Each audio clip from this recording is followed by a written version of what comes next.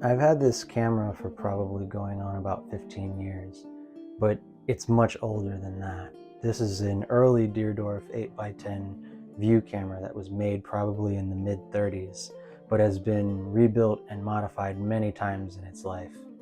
In this case, I'm replacing the ground glass in a 5x7 sliding reducing back, which I like to use with the camera in addition to its 8x10 back and a 4x5 reducing back. In this case, I'm just replacing the ground glass via the two springs that hold it.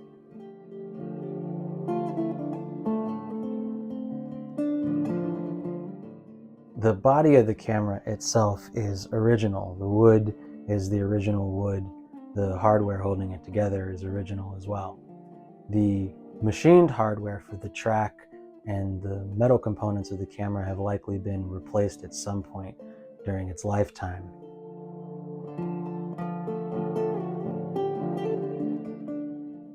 Here I'm removing the screws that hold the rear bellows frame to the body, and I'm taking extra care to be delicate with this because the old screws can become brittle, their threads can strip off, or you can easily strip out the holes. So I'm taking extra care to be delicate in removing of the hardware.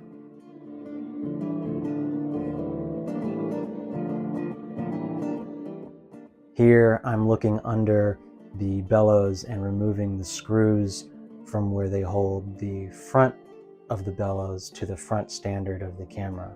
These screws are shorter than the longer screws that hold the rear frame, but otherwise the same care needs to be taken to make sure that they're not stripped and to make sure that I don't strip the holes that they're going to go back into.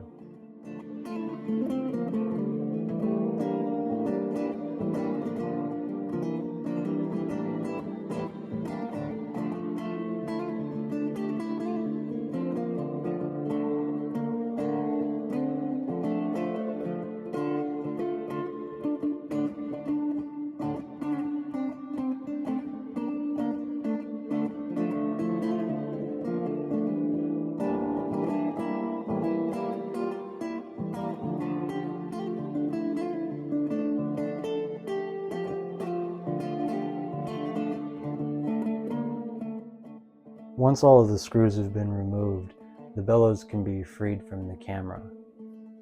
This is a replacement bellows that's been on the camera for the entire time that I've had it.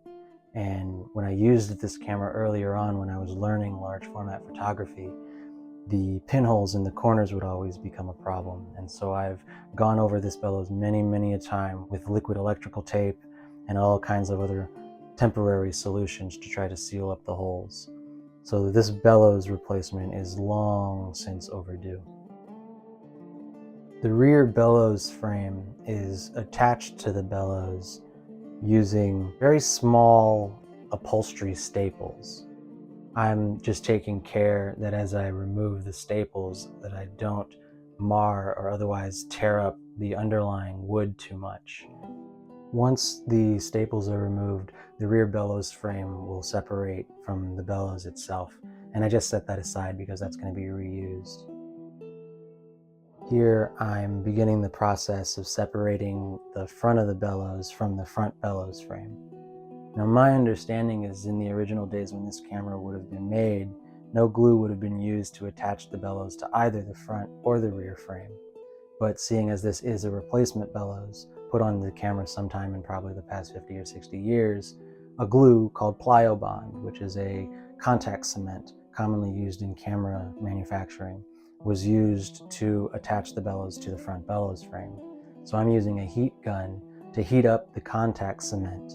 And you can see if you look closely that some bubbles will start to appear where the contact cement releases.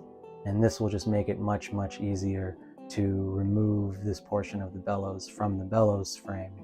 But I'll still need to clean up the surface of the frame a bit anyway.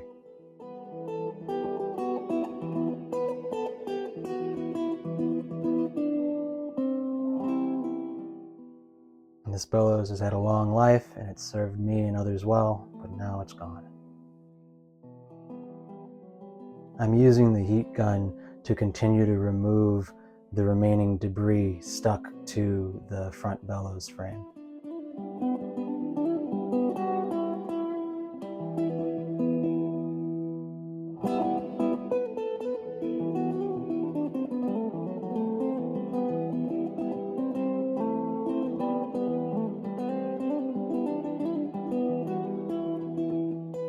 Once the remaining remnants of the bellows is removed from the bellows frame, I'm just going to sand it. I think I'm just using 250 or 300 grit, and that's just to remove the remaining glue that's stuck to the wood.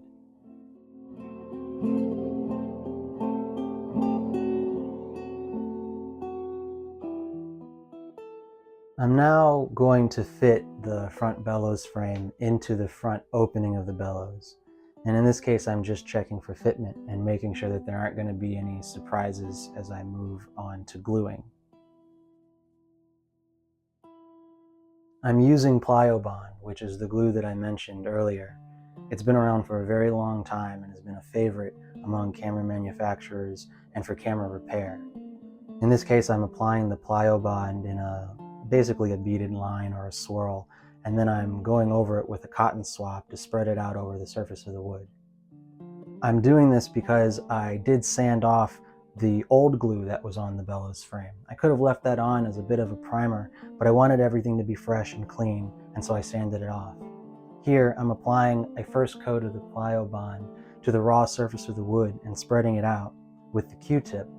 This will absorb into the porous surface of the wood and act essentially as a primer that readies it for the next applications of the glue, which is what will actually bond the bellows to the frame.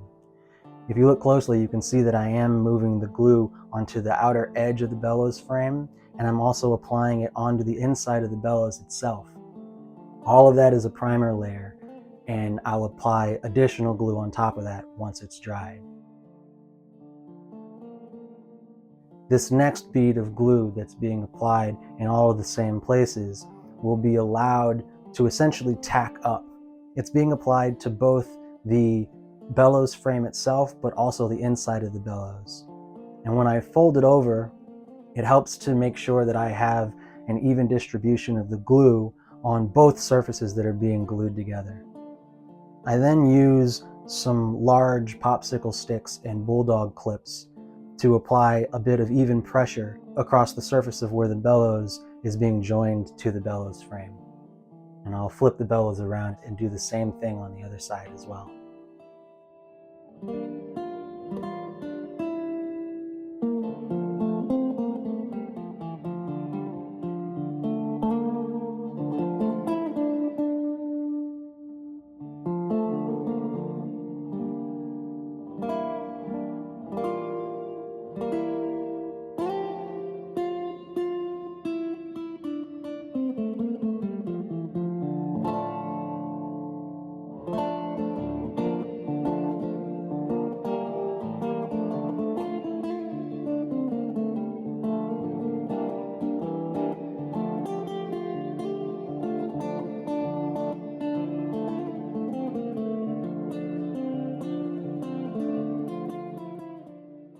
After a few minutes, once this first bond has essentially secured itself, I remove the bulldog clips and the popsicle sticks, and then I move over to the remaining two sides of the bellows frame. And in this case, I'm doing the same thing. They've already been primed, and so I'm applying additional layers of glue, which I then fold the bellows over to make sure that I get the glue exactly where it needs to be on the inside of the bellows. And you can see there that the glue is beginning to tack up already. I'll apply a little bit more, and then I'll let it sit for a few seconds to maybe a minute. It'll tack up to the right consistency, and I'll then be able to fold it over and make the attachment.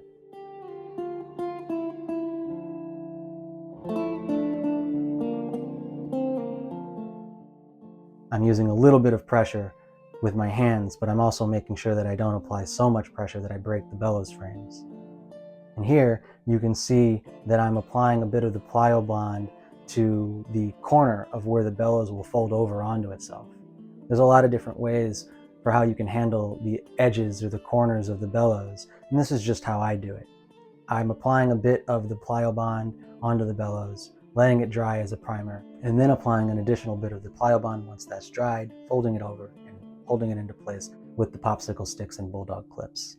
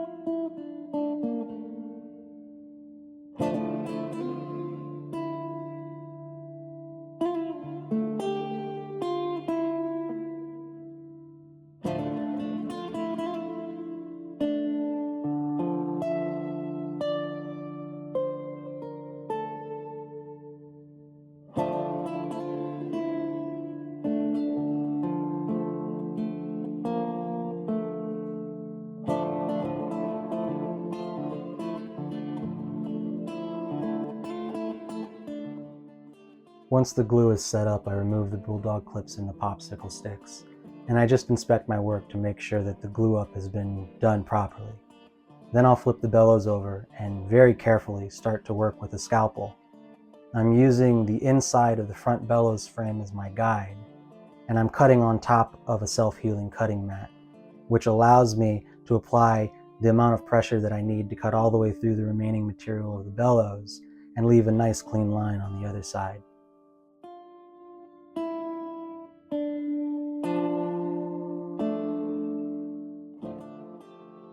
I'll use shears to remove the excess material from the front of the bellows. A little bit of the glue might show from underneath, but I'm going to apply a few strips of gaffer's tape over these just to clean things up. This whole front of the bellows won't be visible, as it's going to be held in place and under pressure by the screws that secure the front of the bellows frame to the front standard of the camera. After everything is in place and everything is cleaned up, I'm going to reapply the popsicle sticks and the bulldog clips to hold everything in place, and then I'll let it set overnight. The Plyo-Bond glue does set up fairly immediately, within a few minutes, so it's very easy to work with. It can also be peeled up and laid back down if you need to reposition things. But it does require about a 7-day total cure time until it reaches its full strength. That doesn't mean that I can't continue working on the camera, but I am going to let it sit overnight.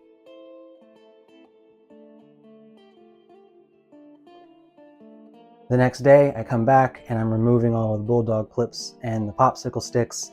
The glue is nice and secure. It'll cure over the next 6 days or so, but the bond is excellent and everything looks clean. I'm just checking my work before I move on.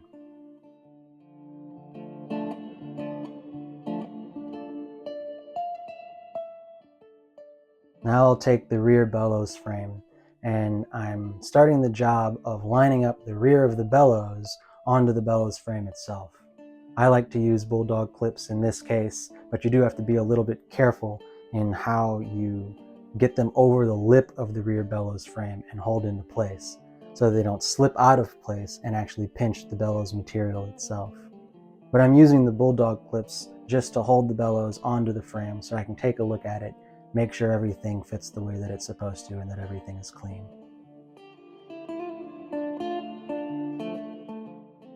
Once everything's in place and I'm happy with what it looks like, I'm using a small staple gun to apply a 1/4-inch staple to secure the bellows to the rear bellows frame in the same locations that it would have originally been. I've been unable to find the little tiny upholstery staples that I pulled out earlier, but these 1/4-inch staples do the job, and they're delicate enough and shallow enough that they don't split the wood. If the rear bellows frame were particularly chewed up, if it had been stapled into many times, I might consider making a new bellows frame, or I might consider just using a very careful application of the Plyo-Bond glue to hold the bellows to the frame here, and then reinforce it with some gaffer's tape. But overall, this rear bellows frame is still in good condition, the wood isn't overly brittle, and it'll take the staples just fine.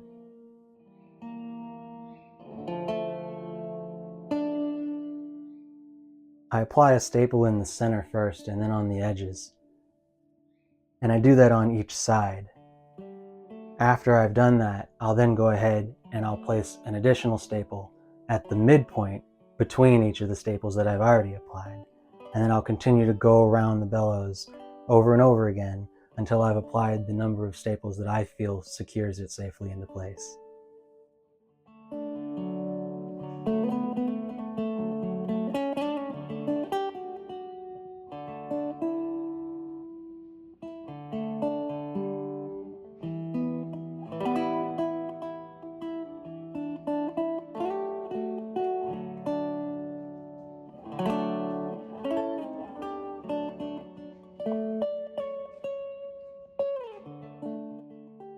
Once all the staples are in place, I just check my work, and then I fold down the last pleat of the bellows, just to make sure that everything fits into place, and then I apply something with a little bit of weight overnight until I'm ready to continue work. The bellows look fantastic, they fit onto the frames perfectly, and I'm looking forward to reinstalling it.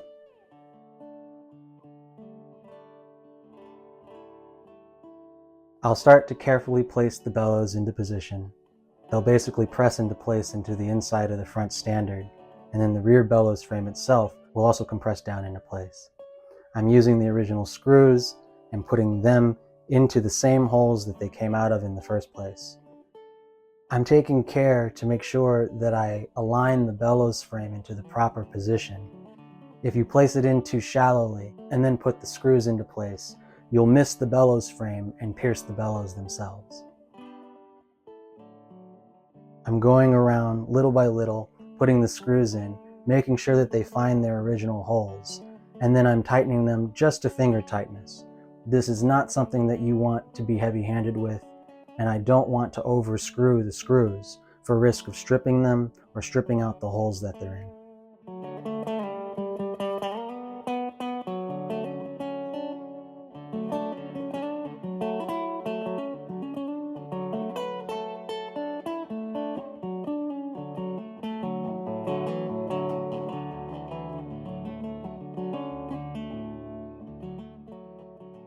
Now I begin to replace the screws into the front of the bellows frame and reattach it to the front standard of the camera. I'm using the original screws, they're going into the same holes, and all of the same cautions apply here as well. These screws are shorter, so I'm just making sure that I'm not putting the longer screws into the shorter holes and piercing through anything that I don't intend to, and I'm taking care to make sure that I don't over-tighten anything.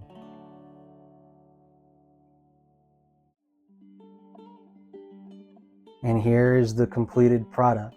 I'm opening up the camera and checking out the bellows.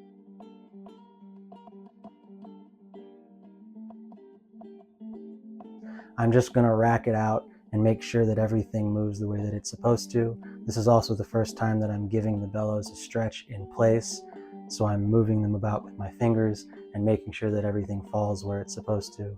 And these are really beautiful. The bellows went into place perfectly, and these will serve the camera very well for the next many, many years.